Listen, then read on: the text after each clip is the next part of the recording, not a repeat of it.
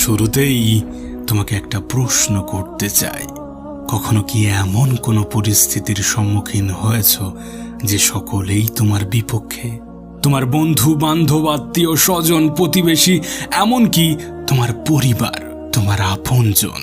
কখনো কি এমন কোনো পরিস্থিতির সম্মুখীন হয়েছ যে মনে হচ্ছে কেউই আমার পাশে নেই? কখনো কি এমন কোনো পরিস্থিতির সম্মুখীন হয়েছ যে নিজেকে বড্ড একা লাগছে?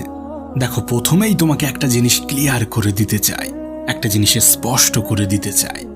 আমরা হয়তোবা জীবনের বিভিন্ন পর্যায়ে ভাবি যে আমি একা, আমার পাশে কেউ নেই, কিন্তু বাস্তবে এমনটা কিন্তু নয়। না, এমনটা কিন্তু নয়।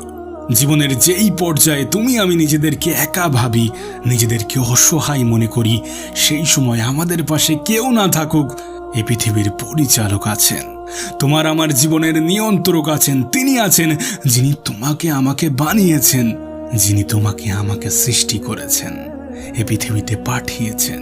তাই নিজেকে কখনোই একা ভেবো না, তার কারণ বাস্তবে তুমি তো একা নও।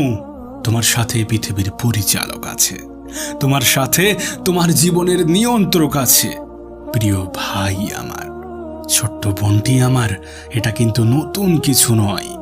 শোনো, তোমাকে বলি, যদি তোমার উদ্দেশ্য নেক থাকে, যদি তোমার উদ্দেশ্য সৎ থাকে, যদি তোমার কাজের মাধ্যমে কারো কোনো ক্ষতি না হয়, তাহলে তোমার আশেপাশের মানুষ কি বলল, কি ভাবলো, তাতে কোনো যায় আসে না। শোনো, আজকের দিনে খারাপ জিনিসের থেকে ভালো জিনিসের বিরোধিতা একটু বেশি হয়ে থাকে। আজকের পৃথিবীতে মানুষ অন্যায় নয়, বরং সঠিক জিনিসের বিরোধিতা একটু বেশি করে। তাই তো তোমাকে বলি, যদি তোমার উদ্দেশ্য সৎ হয়, যদি তোমার চিন্তা ভাবনা নেক হয়, তাহলে কে কি বলল, কে কি ভাবলো, তাতে কোনো যায় আসে না। আর সমালোচনা, সে তো মৃত মানুষেরও হয়ে থাকে। তুমি আমি তো জীবিত।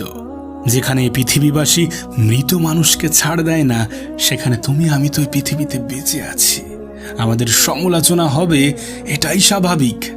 আর একটা কথা মনে রেখো, এই পৃথিবীতে তাদেরই সমালোচনা করা হয় যারা জীবনে বড় কিছু করেছে অথবা বড় কিছু করার ক্ষমতা রাখে।